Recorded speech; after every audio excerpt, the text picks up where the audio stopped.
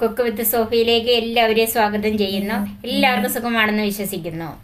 ഇന്ന് ഞാനൊരു mutton chops ആണ് ഉണ്ടാക്കുന്നത്. ഇത് പഴയ കാലത്തെ ഒരു റെസിപ്പിയാണ്. ഇപ്പോഴും അങ്ങനെ തന്നെ ചെയ്യുന്നുണ്ട്. നിങ്ങളിൽ പലർക്കും ഇത് ചെയ്യാൻ അറിയാമായിരിക്കും, അല്ല ചെയ്യുന്നുണ്ടായിരിക്കും. എന്നാലും അറിയാൻ മേലാത്തവർക്ക് വേണ്ടിയാണ് ഞാൻ ഈ വീഡിയോ ഇടുന്നത്. നിങ്ങൾ തീർച്ചയായും ഇത് കാണണം. ഇത് അപ്പത്തിനും ബ്രെഡിനും ചോറിനും കപ്പയ്ക്കും എല്ലാത്തിനും കഴിക്കാൻ പറ്റിയ ഒരു കറിയാണിത്. ഇത് വളരെ സിമ്പിളായിട്ട് ചെയ്യാൻ പറ്റിയതാണ്. ഇത് അധികം ചേരുവകളൊന്നും ഇതിന് വേണ്ട. ആർക്കും ചെയ്യാൻ പറ്റിയ നല്ലൊരു ചോപ്സാണിത്. എന്തൊക്കെ ചേർത്ത് എങ്ങനെയാണ് ഈ ചോപ്സ് ഉണ്ടാക്കുന്നതെന്ന് നമുക്കൊന്ന് കാണാം. ഈ ചാനൽ സബ്സ്ക്രൈബ് ചെയ്യണം. അതോടൊപ്പമുള്ള ബെല്ലൈക്കൺ ക്ലിക്ക് ചെയ്താൽ ഞാൻ ഇടുന്ന ഓരോ വീഡിയോയുടെയും നോട്ടിഫിക്കേഷൻ നിങ്ങൾക്ക് കിട്ടും. ഇതിന് ഞാൻ എടുത്തിരിക്കുന്നത് 750 ഗ്രാം മട്ടൺ കഴുകി വൃത്തിയാക്കി വെച്ചിരിക്കുന്നത്. ഇത് 1 മണിക്കൂർ ഉപ്പും വിനാഗിരിയും കൂടി ഒഴിച്ച് വെള്ളത്തിലിട്ട് വെച്ചിരുന്നതിന് ശേഷം 10-12 പ്രാവശ്യം കഴുകിയെടുത്ത് വെച്ചിരിക്കുന്നതാണിത്. വെള്ളം തോർത്തി വെച്ചിരിക്കുന്നതാണ്. 3 ഇടത്തരം സവാള കനം കുറച്ച് നീളത്തിലരിഞ്ഞത്, 3 തക്കാളിപ്പഴം, ഇത് നമുക്ക് ചെറുതായി അരിഞ്ഞ് വെക്കാനുള്ളതാണ്. 3 പച്ചമുളക്, ഇത് അധികം എരിവുള്ളതല്ല. എരിവിന് നമ്മൾ കുരുമുളക് പൊടി ചേർക്കുന്നുണ്ട്, മുളക് പൊടിയൊക്കെ ചേർക്കുന്നുണ്ട്. 4 അല്ലി വെളുത്തുള്ളി നീളത്തിൽ തന്നെ കനം കുറച്ച് അരിഞ്ഞ് വെച്ചിരിക്കുന്നത്, ഒരു ചെറിയ കഷ്ണം ഇഞ്ചി, അതായത് ഒരു 3/4 ടീസ്പൂൺ ഇഞ്ചി വരും അരിഞ്ഞത്, 1.5 ടേബിൾ സ്പൂൺ മല്ലിപ്പൊടി, 1/2 ടീസ്പൂൺ മഞ്ഞൾപ്പൊടി, 1 teaspoon garam masala, 1 table spoon കുരുമുളക് പൊടി. അത് ഇത്രയും എടുത്ത് വെച്ചാലും ഇതിൻ്റെ ആ എരിവിനനുസരിച്ച് വേണം നമ്മൾ ഇട്ട് കൊടുക്കാനായിട്ട്.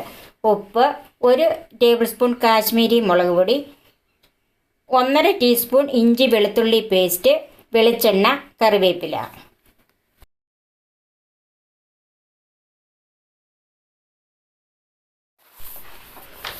ഇനി നമുക്ക് ഈ മട്ടൺ ഒന്ന് വേവിച്ചെടുക്കാം. മട്ടന് സാധാരണ കൂടുതൽ വേവുള്ളതുകൊണ്ട് ഇത് കുക്കറിലാണ് വേവിക്കുന്നത്. അതിനായിട്ട് നമുക്കൊരു കുക്കറിലേക്ക് മാറ്റാം.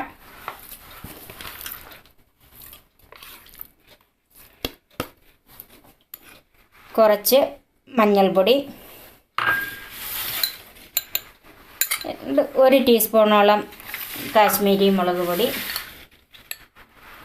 1/4 ടീസ്പൂൺ ഗരം മസാല,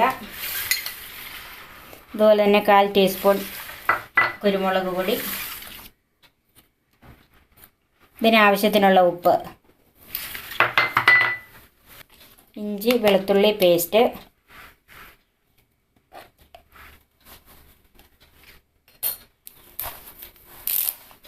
അല്പം കറിവേപ്പില. ഇതെല്ലാം കൂടെ കൈകൊണ്ട് തന്നെ നന്നായിട്ടൊന്ന് തിരുമ്മിയെടുക്കണം.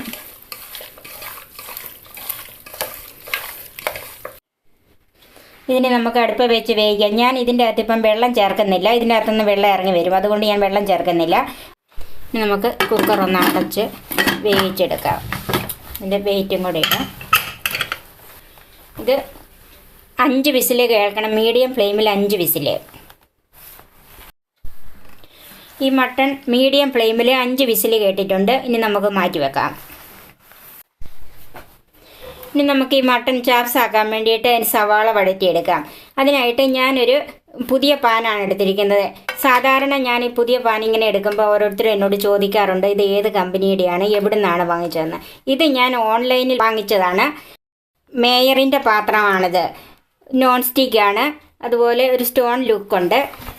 അത് ഇൻഡക്ഷൻ കുക്കറിലും വെക്കാൻ പറ്റിയ പാത്രമാണിത്. ഇത് കയ്യിലെടുക്കുമ്പോൾ നല്ല കനമൊക്കെ ഉണ്ട്. 3 വർഷത്തെ ഗ്യാരണ്ടിയാണ് കമ്പനി പറയുന്നത്. ഈ അടപ്പും അതോടൊപ്പമുള്ളതാണ്, അതും മേയറിൻ്റെ തന്നെയാണ്. പിന്നെ ഇതിൻ്റെ കൂടെ ഞാനൊരു സ്പാറ്റുലായും വാങ്ങിച്ചിട്ടുണ്ട്, അതും ഈ കമ്പനിയുടെ തന്നെയാണ്. ഇനി നിങ്ങൾക്ക് ആർക്കെങ്കിലും ഇത് വാങ്ങിക്കണമെന്നോ ഇതിനെ കുറിച്ച് കൂടുതൽ ഡീറ്റെയിൽസ് അറിയണമെന്നോ ഉണ്ടെങ്കിൽ ഞാൻ ഈ വീഡിയോയുടെ ഡിസ്ക്രിപ്ഷൻ ബോക്സിൽ ഇതിൻ്റെ ഡീറ്റെയിൽസ് കൊടുക്കുന്നതാണ്. ചൂടായ പാനിലേക്ക് നമുക്ക് വെളിച്ചെണ്ണ ഒഴിച്ചെടുക്കാം. 1 ടേബിൾ സ്പൂൺ വെളിച്ചെണ്ണ ഒഴിച്ചിട്ടുണ്ട്. ചൂടായ എണ്ണയിലേക്ക് വെളുത്തുള്ളി ഇട്ട് കൊടുക്കാം.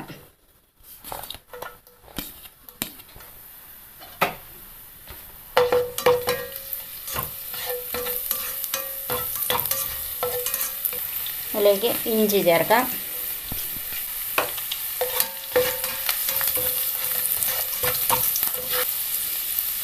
ഇഞ്ചിയും വെളുത്തുള്ളി ഒന്ന് മൂത്തിട്ടുണ്ട്. അതിലേക്ക് പച്ചമുളക് ചേർക്കാം.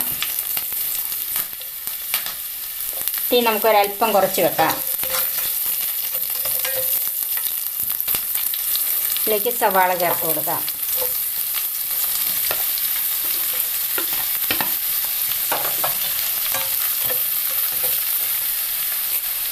കുറച്ച് കറിവേപ്പിലയും കൂടെ ചേർക്കാം. തീ ഒരല്പം കൂട്ടി വെച്ച് കൊടുക്കാം.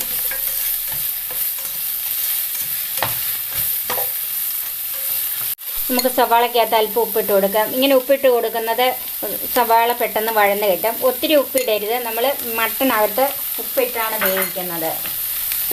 അതുകൊണ്ട് ഒത്തിരി ഉപ്പിടാതെ ഇനി തീ ഒരു മീഡിയം ഫ്ലെയിമിലാക്കി കൊടുക്കണം. നമ്മൾ ഇതിനകത്ത് ഒത്തിരി എണ്ണയൊന്നും ചേർത്തിട്ടില്ല. സാധാരണ മട്ടന് തന്നെ കുറച്ച് നെയ്യുള്ളതാണ്. അതുകൊണ്ടാണ് ഞാൻ ഇതിനകത്ത് എണ്ണ വളരെ കുറച്ച് ഉപയോഗിച്ചിരിക്കുന്നത്.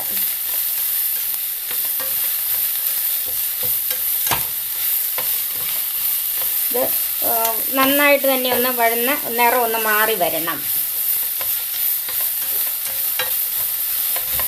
തീയൊക്കെ നമ്മുടെ സ്റ്റൗവിൻ്റെയും ഒക്കെ അനുസരിച്ച് ഇട്ട് കൊടുക്കണം.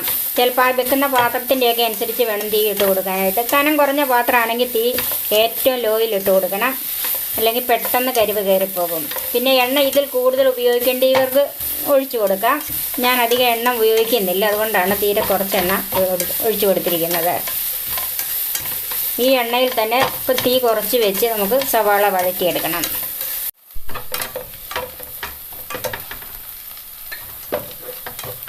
സവാള ആവശ്യത്തിന് വഴന്നിട്ടുണ്ട്. ഇനി നമുക്ക് തീ ഏറ്റവും കുറച്ചിട്ടിട്ട് പൊടികൾ ചേർക്കാം. മല്ലിപ്പൊടി പൊടികൾ ചേർക്കുമ്പോൾ പ്രത്യേകിച്ചും തീ ഏറ്റവും കുറച്ചിടണം. മുളക് പൊടി, മഞ്ഞൾപ്പൊടി, ഗരം മസാലയിൽ അല്പം ഞാൻ അവസാനത്തേക്ക് ഇടാൻ വെച്ചിട്ടുണ്ട്. കുരുമുളക് പൊടി ഇതിൻ്റെ 3/4 ഭാഗമേ ഞാനിപ്പോൾ ഇടുന്നുള്ളൂ. അതിൻ്റെ എരിവൊന്ന് നോക്കിയിട്ട് വേണം ഇടാനായിട്ട്. ഇത് തീ കുറച്ച് വെച്ച് നന്നായിട്ടൊന്ന് വഴറ്റിയെടുക്കണം.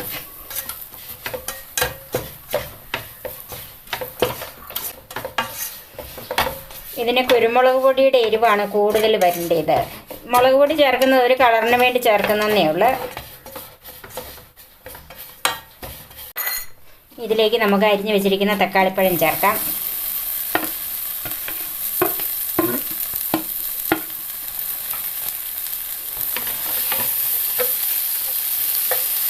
ഒന്ന് നന്നായിട്ട് വഴന്ന് വരണം. ഒരല്പം തീ കൂട്ടി കൊടുക്കണം.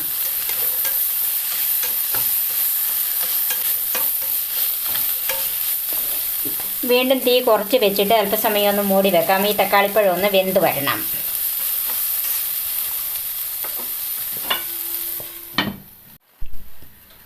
ഇടയ്ക്ക് ഇതൊന്ന് തുറന്ന് നോക്കി ഇളക്കി കൊടുക്കണം. ഇതിനകത്ത് കാര്യമായിട്ട് വെള്ളമൊന്നുമില്ല, അതുകൊണ്ട് അടി പിടിക്കാതെ ഇടയ്ക്ക് ഇളക്കി കൊടുത്തുകൊണ്ടിരിക്കണം. ഒരല്പസമയം കൂടെ വീണ്ടും മൂടി വെക്കാം. അല്പം കൂടെ തക്കാളിപ്പഴം വേകാനുണ്ട്. ഇനി നമുക്കിതൊന്ന് നോക്കാം.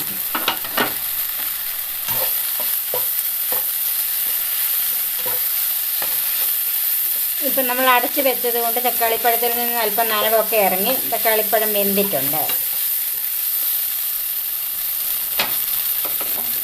ഇനി നമുക്കതിലേക്ക് നമ്മൾ വേവിച്ച് വെച്ചിരിക്കുന്ന മട്ടൺ ചേർക്കാം. ആ ചാറ് ഉള്ളത് കളയരുത്. നമ്മൾ ഒട്ടും വെള്ളം ചേർത്തതല്ല, അതിൽ നിന്ന് തന്നെ ഇറങ്ങിയതാണ്. അതുകൊണ്ട് അത് കളയാതെ അതോടുകൂടി തന്നെ ഇതിൻ്റെ അകത്ത് ഒഴിക്കണം.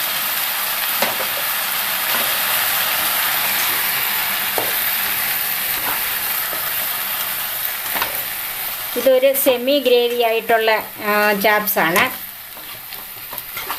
ഇനി അങ്ങനെ കൂടുതൽ ഗ്രേവി വേണമെന്നുള്ളവർ, കറി പോലെ എടുക്കണമെന്നുള്ളവർ കുറച്ചുകൂടെ വെള്ളം ചേർത്ത് കൊടുക്കണം.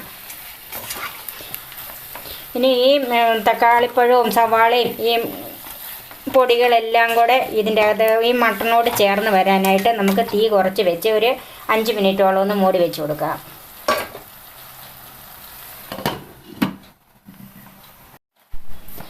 ഇപ്പോൾ ഇത് ചെറുതീയിൽ 5 മിനിറ്റ് നമ്മൾ മൂടി വെച്ചിരുന്നതാണ്. ഇടയ്ക്ക് 2 പ്രാവശ്യം ഞാൻ ഇളക്കി കൊടുത്തിരുന്ന. ഇനിയൊന്ന് നോക്കാം.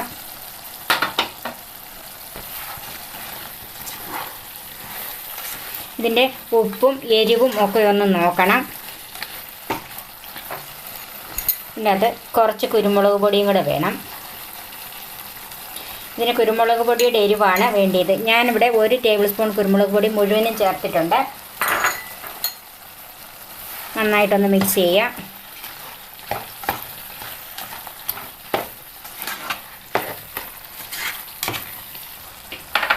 ഇനി ഇതിൻ്റെ അകത്ത് നമ്മൾ ബാക്കി വെച്ചിരിക്കുന്ന ഗരം മസാല ചേർത്ത് കൊടുക്കാം.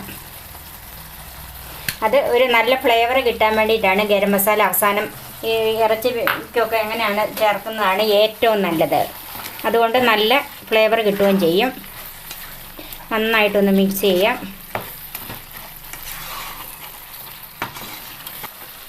ഇപ്പം കറിവേപ്പില ഇട്ട് കൊടുക്കാം. ഇനി നമുക്ക് തീ ഓഫ് ചെയ്ത് ഒരു 2 മിനിറ്റ് ഒന്ന് മൂടി വെക്കാം. 2 മിനിറ്റ് നമ്മൾ തീ ഓഫ് ചെയ്ത് മൂടി വെച്ചിരുന്നാണ്. ഇനി ഒന്ന് നോക്കാം. നമ്മുടെ മട്ടൺ ചോപ്സ് റെഡിയായി. ഇനി നമുക്ക് സർവിങ് ഡിഷിലേക്ക് മാറ്റാം. ഇത് ചോറിനും അപ്പത്തിനും ചപ്പാത്തിക്കും ബ്രെഡിനും എല്ലാത്തിനും നല്ല കറിയാണിത്.